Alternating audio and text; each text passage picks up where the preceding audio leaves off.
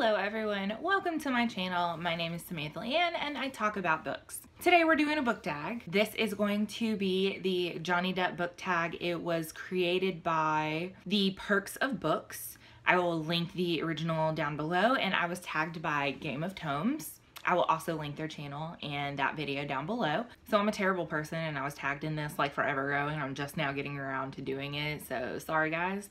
But anyway, let's just go ahead and jump right into it. Each of the questions is based off of a character in one of Johnny Depp's movies, and I have not actually sat down and thought about any of the answers to these questions, so this is going to be kind of like right off the rip.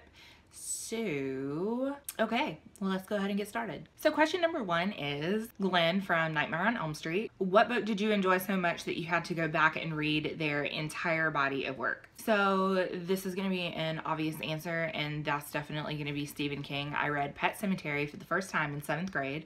It was my mom's copy, and I just fell in love with that. That was really the start of my love affair with horror and, you know, horror movies and everything. So over the years, I have been working my way steadily through his library. I still have a lot to go, but there's that. Another author that I could probably use is Philippa Gregory, because I read The Other Boleyn Girl and absolutely loved it, and I think that I've read pretty much everything that she's ever written with the exception of a couple of her nonfiction works. So yeah, that's my answer. Number two is the Mad Hatter from Alice in Wonderland. Have I gone mad? I'm afraid so. Name a delightfully insane character. My first instinct is, you know, the Mad Hatter. I guess when I think about insane characters, the one that comes to my mind immediately is Patrick Bateman from American Psycho. However, he is not delightfully insane because he does really terrible things. He's just straight up insane. Like, it's not delightful in any way. He's just crazy and does terrible, terrible things. But that's the only character that I can think of off the top of my head right now. The next question is Crybaby. What book features a bad boy with a heart of gold? I really try to avoid Harry Potter characters, but the first character that's coming in my head is Snape. To be clear about that, he did some really shitty things, but you know, when push came to shove, he definitely did some really wonderful things as well. So I know that that's probably like a cop-out answer, but since I'm doing this like right off the cuff, it's like that's the only thing that's popping into my head. So the next question is Sam from Benny and June. What book helped you get through a hard time? The answer to this is probably Dreamland by Sarah Dessen. If you've never read that book, it is pretty much about a girl who goes through a highly abusive relationship. It starts out being emotionally abusive, and then it crosses the threshold into physically abusive as well. And, you know, the fallout of that relationship and, you know, how it affected the main character. And towards the end of that book, there were some passages that just really resonated with me, being in an extremely emotionally abusive relationship in the past, way before my husband. And I read that book shortly after I got out of that relationship and after I got that person out of my life, and it really helped me understand that it was not my fault and that I was not a bad person or a weak person for letting those things happen to me. Just to get all like personal with you guys, but that was a book that really helped me come to terms with those things, and it really helped me get through that. And the next question is Willy Wonka, a book retelling that didn't quite meet your expectations. And I don't actually have an answer to this one, because I cannot think of a single retelling that I've read. Yeah, I can't think of any. So pass, I guess. And the next one is Edward Scissorhands. Recommend a book that does not get the love that it deserves. I'm gonna go with anything by Chinelo Operanta, and the reason for that is because I very rarely see, she's only written 2 published works that I'm aware of, but very rarely do I see anything about her work like on the interwebs and stuff like that. And they're definitely really powerful, and I really, really enjoyed them. So that is my recommendation, Under the Udala Trees or Happiness Like Water.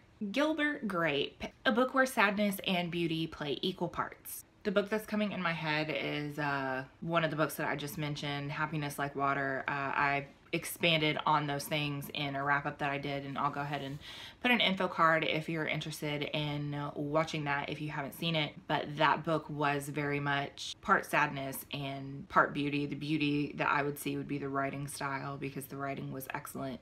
But yeah, that's the answer to my question. Ichabod Crane from Sleepy Hollow. What is your favorite classic horror story? I would have to go with Dracula. I had to do a couple of in-depth papers on Dracula, and I really enjoyed reading it, and I really enjoyed doing the research and knowing that Dracula has spawned so much popular culture, and you know, and has just inspired so many different things. You know, I really enjoyed the original. So Victor Van Dort from The Corpse Bride.